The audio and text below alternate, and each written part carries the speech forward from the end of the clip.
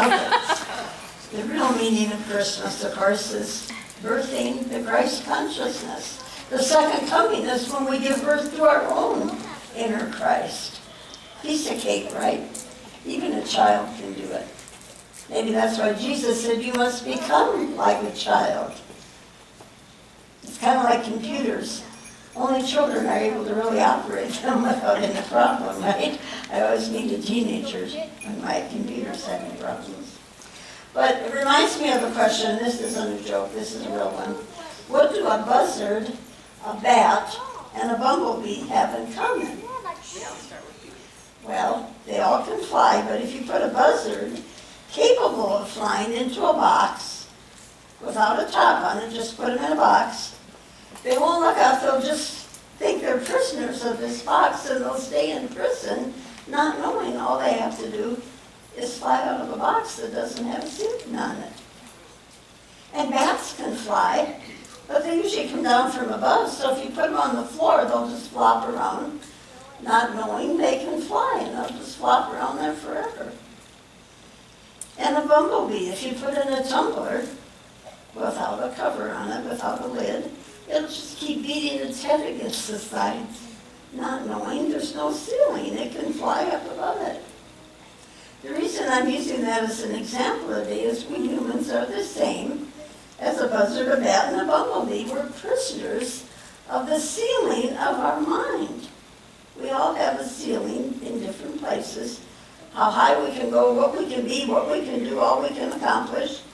And our mind puts ceilings on that. Remember, God said to Abraham metaphysically, as far as the eye can see, it's yours. And we all have a different distance of what we can see. Now, the reason I brought this up is this week, yesterday, the board had a wonderful gathering, and we sat and talked about our building projects and the different things we've come up in it, and what we're going to do going forward, and Brandon and I will share a little bit later on. But I had a dream the week before. I always want to say that, like Martin Luther King, I had a dream, only mine wasn't quite the same as his. In my dream, I woke up, and I realized I have a ceiling in my consciousness of what I can do, be, and have. I have a ceiling on it. And I think for me, everybody's different. It came from when I was a child. I had cancer 4 different times. And I was always sick and tired, and I couldn't do things. I could only do a certain amount. And even though I healed the cancer, I never got rid of the beliefs, the ceilings of, well, I can't do that. I mean, I'm not strong enough, not weak, I'm too weak, too tired, whatever. And so I realized, you know, the buck stops here. Before we can raise money for a building fund, we have to raise the ceiling of our minds. And the buck stops here. It starts with me. And then I took it to the board and I said, where's the board that the congregation has elected? And so will you join me in raising your ceilings as well? Getting rid of those ceilings. And today I'm coming to each of you personally in your own life and collectively in this church. Can we raise the ceilings of what's possible? I mean, birthing the Christ is the ultimate. Talk about no ceiling. But just wherever you can, however much, repeat with me if you're comfortable, we can have as far as we can see and believe. Together, we can have as far as we can see and believe. And when you get in touch with where your ceiling is, think of where did that come from, that I have a ceiling there. You know, I grew up with depression parents. Anybody here grew up with depression parents? And you know, they had ceilings of fear, of lack, because they went through so much. Some of you that are younger may have grown up with our generation hippie parents. And hippie parents sometimes had the belief that money was wrong or having things was wrong. If you had too much, there was something wrong with that. It wasn't spiritual, it wasn't right. So there's ceilings. Or maybe you programmed or been programmed along the way for other reasons. Low self-esteem can put a ceiling on. Low self-awareness can put a ceiling on it. That's why Jesus said, know the truth, and the truth will set you free from any ceiling. From any ceiling. So by the way, what was Santa Claus's biggest regret after a very busy year? Lack of elf awareness. Our first step is self-awareness, right? Individually and collectively. We have to get into self-awareness, and what that means is I know the truth about myself. The truth about myself is I'm an unlimited spiritual being. The power of the presence is in me. There are no ceilings. I'm like the buzzard, the bumblebee. And what was the other one? The buzzard, the bat, and the bumblebee. I just can't see. Okay? So repeat with me if you're comfortable. We can have whatever we feel worthy enough to receive. Together, we can have whatever we feel worthy enough to receive. Individually in your private life and collectively here at church. So I'm inviting you all with myself, with the board, to look at your limited ceilings of your mind, to change any repetitive thoughts and words. So sometimes the words that come out of my mouth scare me. Oh my God, I can't believe I said that. I've just limited myself. And to collectively create a new belief system of what's possible and proclaim our worth, proclaim our potential. You know, one of my favorite stories that came with the dream when I woke up, because I thought of this story along with the dream. You remember the Lord of the Rings? How many of you have seen the Lord of the Rings? Read the book? Well, if you remember in the movie, Frodo the Hobbit and Sam, his friend, are walking on a new journey to where they've never been before.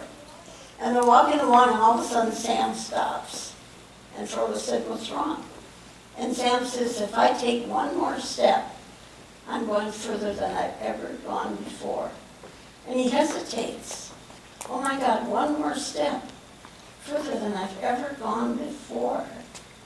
And I think we too, collectively in this church, are at that point of, oops, we've never done this much before. We've never looked at this. And so it can be uncomfortable, expanding your consciousness. I know for me, I don't know about you, it can be uncomfortable. It's almost like we're being pushed to expand our consciousness. And most people resort to spiritual bypassing. Do you know what spiritual bypassing is? I'll read you the definition. Pattern of those who leap into spirituality, adopting spiritual language, rituals, or identities without doing any shadow work. Well, that's another term we don't always like, shadow work, which means facing our beliefs and our programming and our thought patterns, even those ones that are deep in our subconscious. We like them down there. We don't have to face them. They're safe down there. We don't have to deal with them. We can just ignore them. We see spiritual bypassing even in spiritual circles where many of us slip into God talk, high vibrational language, or spiritual practices before completing shadow work. All together now, oops, oops. By the way, my shadow was so strong. How strong was it? It used to file taxes as my dependent silhouette. Now my shadow ghosted me. I was too transparent. Because I drank coffee so strong, my shadow asked for decaf. So I put these in there because nobody likes to talk about shadow work. Nobody likes to talk about spiritual bypassing. It can sound like, I'm good, no resolved issues here. I've already cleared them in the past. I've already done that work. Thank you for asking, but no thanks. And usually when we say that, we're projecting our shadow on everybody around us.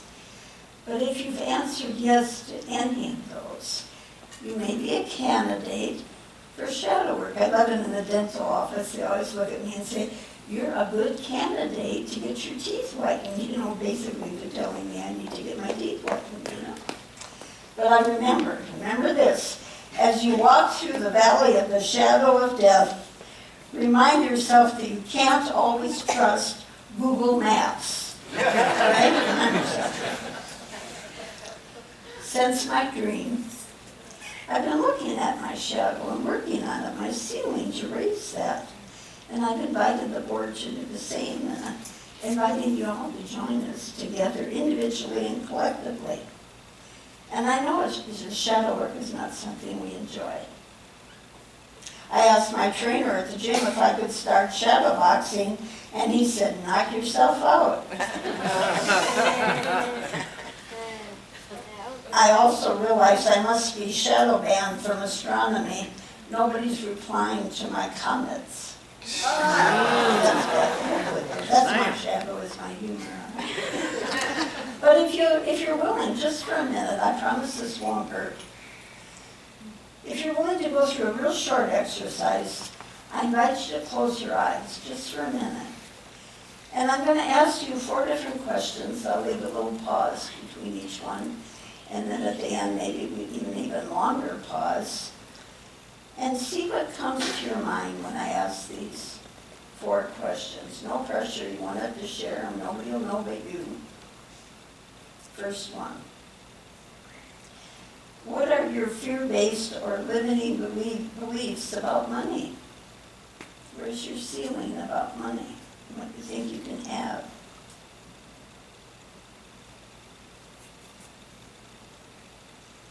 How do you feel even talking about money?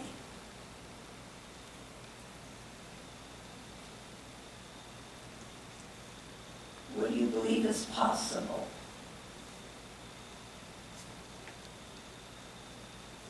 Can you see, or do you have a vision of our new building? Let's just sit with that for a while. Try it on for size, see how those questions feel inside you.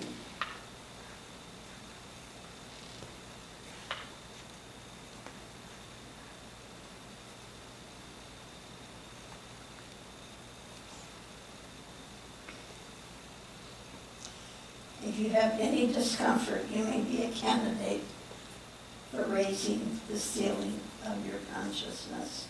With the help, that's the good news, you can open your eyes now. With your help, we don't have to do this alone. I love Psalm 12:1, and I'm paraphrasing it. They're called the Psalm of Ascents. I lift my eyes to the mountains. That's where help comes from.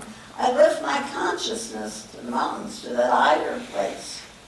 Where our minds usually stuck in the earth, stuck in the world, the media, what we're being told, what we're programmed with. I lift my eyes to the mountains, above it all, to a higher place, no ceilings.